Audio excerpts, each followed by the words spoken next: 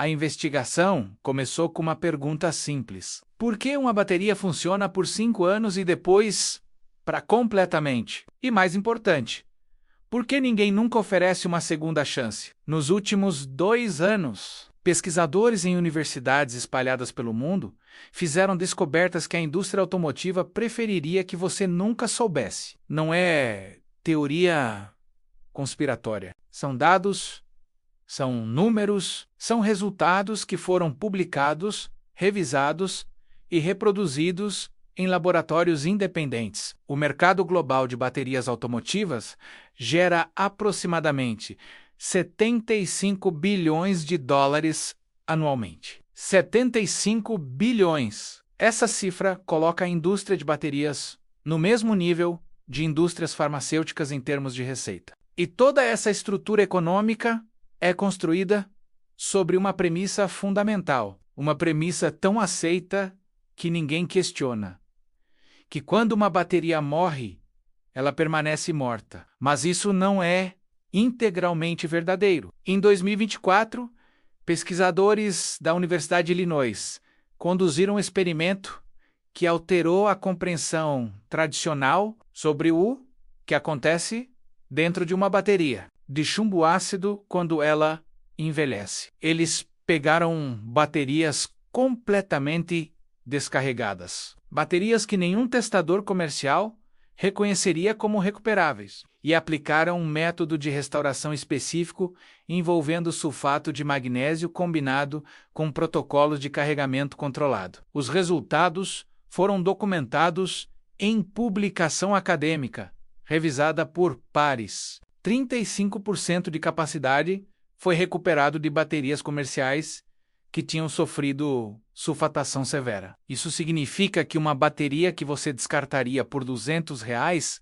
recuperou 1/3 de sua funcionalidade usando um processo que custou menos de R$5 em materiais. A questão que surge é inevitável. Se isso funciona no laboratório, por que não funciona nas ruas? Por que seu mecânico não mencionou isso? Por que a concessionária não oferece essa opção antes de vender uma bateria nova por R$300? As respostas estão espalhadas por uma história que atravessa mais de um século. Em 1859, o físico francês Gaston Planté inventou a bateria de chumbo ácido, um avanço revolucionário. Dentro da primeira década de seu uso comercial, algo inesperado começou a acontecer. Baterias que ficavam descarregadas desenvolviam uma crosta branca cristalina nas placas internas. Ninguém sabia exatamente o que era, mas funcionários de transportes elétricos na Europa Central começaram a notar um padrão. Quando essa crosta aparecia, a bateria parecia estar morrendo.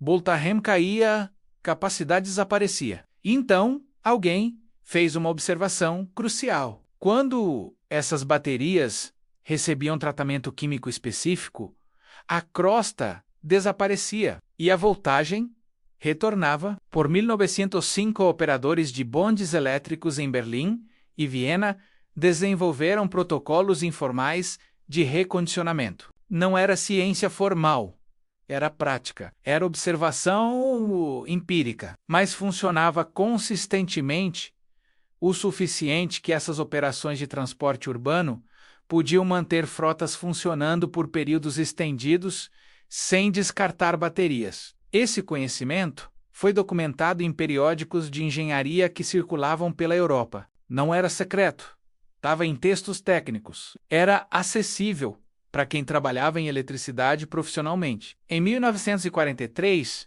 durante a Segunda Guerra Mundial, o Corpo de Sinaleiros do Exército Americano publicou um manual de campo. Esse manual incluía instruções específicas para técnicos de campo sobre procedimentos de recondicionamento de baterias. A lógica era pragmática. Em ambientes de combate, reposições de baterias não chegavam regularmente. Se o equipamento de rádio precisava permanecer funcional, as baterias precisavam ser restauradas. O manual descrevia métodos para reverter sulfatação usando aditivos de eletrólito. Tudo oficialmente documentado. Governamento americano, segurança militar. Esse manual ainda existe, você pode encontrá-lo em arquivos de defesa desclassificados. A próxima iteração desse conhecimento apareceu na corrida espacial. Durante os anos 1960 e 1970, agências espaciais americanas e soviéticas enfrentaram um desafio crítico. Baterias para sondas espaciais precisavam durar longos períodos em condições extremas. Reposição era fisicamente impossível. Você não pode enviar um mecânico para Marte. Você não pode descartar uma bateria e instalar uma nova em uma sonda que está a milhões de quilômetros de distância. Os engenheiros aeroespaciais desenvolveram técnicas sofisticadas para rejuvenescer baterias envelhecidas.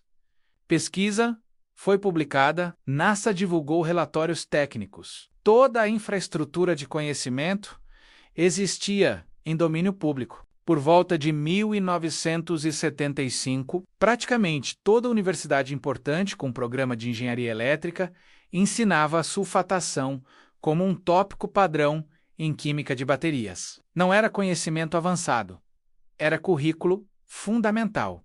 Os livros descreviam isso. Os professores explicavam, era bem estabelecido que sulfatação era quimicamente reversível sob as circunstâncias corretas. Mas a partir de meados dos anos 1980, algo mudou fundamentalmente na indústria. Os fabricantes de baterias perceberam que, se o público em geral descobrisse que baterias mortas podiam ser restauradas economicamente, toda a modelagem de lucro colapsaria. Uma bateria que custa R$200 para substituir, se pudesse ser recuperada por R$5, deixaria de gerar receita de substituição. O que ocorreu então foi uma mudança sistemática na narrativa. Comunicações públicas começaram a caracterizar recondicionamento como perigoso. Associações de indústria publicaram avisos. Mecânicas foram treinadas apenas em substituição, não em restauração. Uma geração inteira de profissionais entrou na indústria sem nunca aprender que essa opção existia. Em 1991, a Associação de Fabricantes de Baterias da América do Norte publicou orientações ao consumidor que classificavam produtos de recondicionamento como potencialmente prejudiciais. Eles citavam riscos de manuseio químico. Eles mencionavam possibilidades de voltagem regular, mas não citavam nenhum estudo controlado, porque estudos controlados contradiziam suas afirmações. 2 casos históricos ilustram como essa supressão funcionava na prática. Em 2003, uma empresa de produtos de recondicionamento de baterias conseguiu acordos de distribuição em 5 redes de varejo de autopartes. Os produtos começaram a aparecer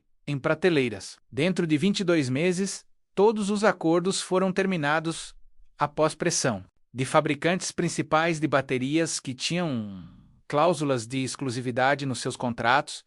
A empresa fechou, o produto desapareceu do mercado. Em 2010, uma marca similar tentou novamente, dessa vez através de vendas diretas na internet. Conseguiram ganhar clientes. Dentro de 2 anos, os 2 maiores fabricantes de baterias na América do Norte financiaram uma campanha coordenada de segurança ao consumidor que alertava contra produtos de recondicionamento aftermarket. A campanha rodou em publicações comerciais e estações de rádio. Os riscos que descreviam foram tirados de estudos sobre aditivos industriais com concentrações de ácido 10 vezes mais altas que produtos de consumidor disponíveis. A conflação era calculada, mas o que os fabricantes não conseguem suprimir é a ciência verificada. Em 2023, a revista Frontier in Batteries and Electrochemistry publicou uma análise abrangente de tecnologia de baterias de chumbo ácido. O artigo, revisado por pares de pesquisadores independentes, confirmou que sulfatação reversível é um fenômeno bem documentado. A restauração é possível através de vários métodos, incluindo tratamentos de eletrólito específicos. Em 2024, a Universidade de Illinois divulgou dados de um estudo mais específico. Pesquisadores testaram baterias comerciais que tinham sido declaradas irrecuperáveis por centros de serviço padrão, aplicaram tratamento com sulfato de magnésio seguido por protocolos de carregamento lento. O resultado, 35% de capacidade foi restaurada e, mais significativamente, em alguns casos, foi alcançada estabilidade de voltagem dentro de 48 horas. O custo do tratamento foi inferior a R$ 5,00. Em materiais, uma bateria que normalmente custaria R$ 200 substituir foi parcialmente restaurada por uma fração desse valor. E ainda assim, essa informação não aparece em nenhum manual de manutenção de concessionária. Não aparece em nenhum anúncio. Não chega ao consumidor. Quando você coloca todos esses dados junto, emerge um padrão claro. Não é um padrão de acidente ou negligência. É um padrão de decisão deliberada. Uma escolha sistemática de priorizar a receita sobre a transparência técnica. O proprietário médio de carro substitui uma bateria aproximadamente a cada 4 a 5 anos. O custo médio é R$ 250, incluindo instalação. Durante um período de dirigir de 30 anos, isso resulta em 6 substituições, R$ 1.500 por pessoa. A população de motoristas licenciados no Brasil é aproximadamente 75 milhões. Esse cálculo produz um número de receita anual de milhões, que não pode ser ignorado. Mas aqui está a parte que muda o panorama completamente. Pesquisa da Universidade de São Paulo, em 2018, demonstrou que aplicar recondicionamento preventivo a baterias em frotas municipais antes da falha completa estendeu a vida útil de serviço em 380% comparado a baterias não tratadas, nas mesmas condições de operação.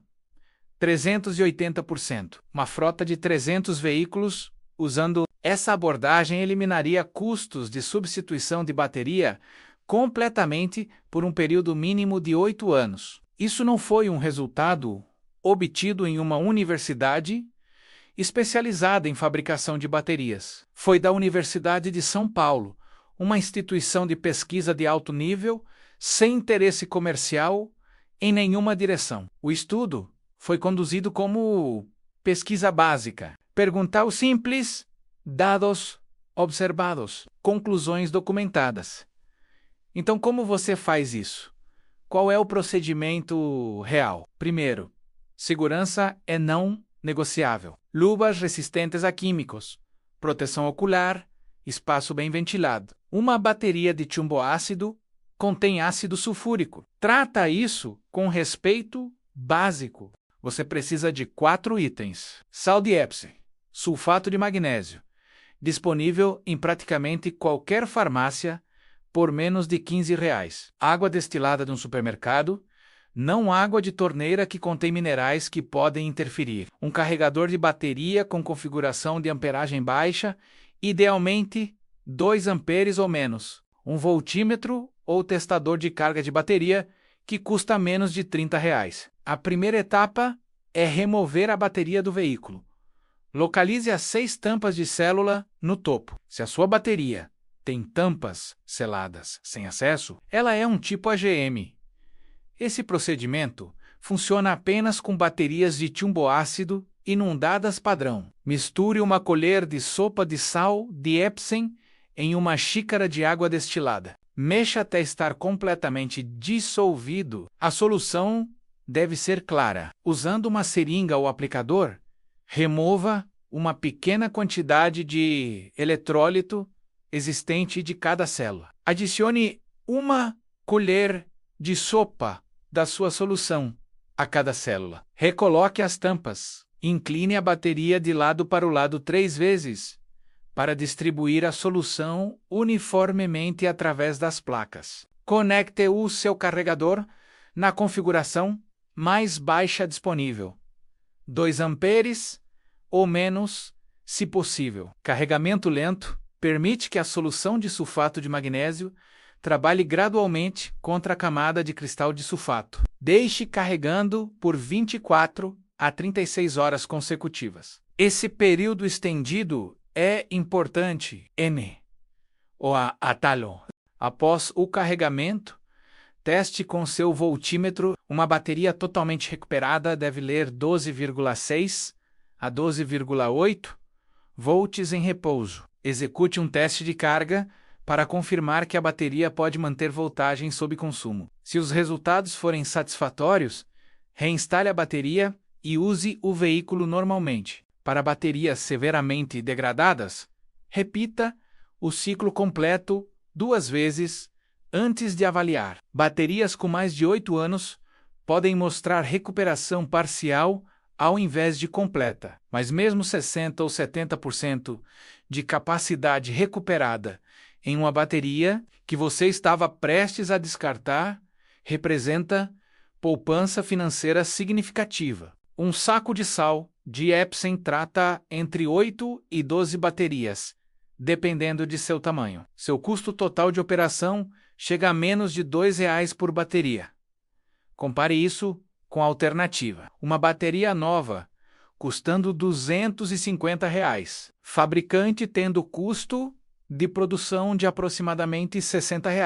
A margem de lucro existe porque você acredita que não tem outra escolha. Quando você olha para a totalidade dessa informação, a história que emerge não é sobre tecnologia oculta ou conspiração industrial. É sobre uma estrutura de incentivos que prioriza a receita contínua sobre a solução de problemas única. É sobre como o conhecimento técnico é compartilhado dentro de comunidades profissionais, mas raramente é traduzido para o público em geral. É sobre como o padrão industrial pode se auto-perpetuar através de treinamento, comunicação de marketing e protocolos de operação que naturalmente dirigem consumidores em uma direção. A indústria não está fazendo nada ilegal. Os fabricantes estão operando dentro de estruturas regulatórias existentes. Eles estão fazendo exatamente o que as empresas fazem. Protegem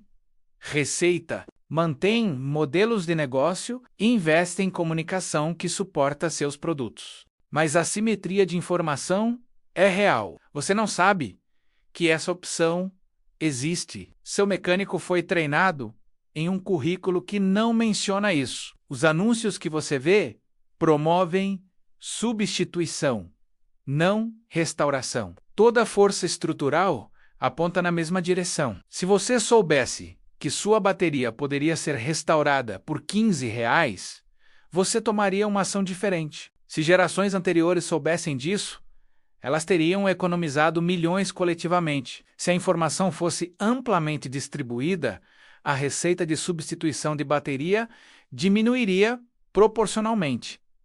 Essa é a história. Não é sobre tecnologia escondida. É sobre como informação técnica válida permanece confinada a comunidades especializadas, enquanto o público em geral opera sob uma compreensão incompleta de suas opções.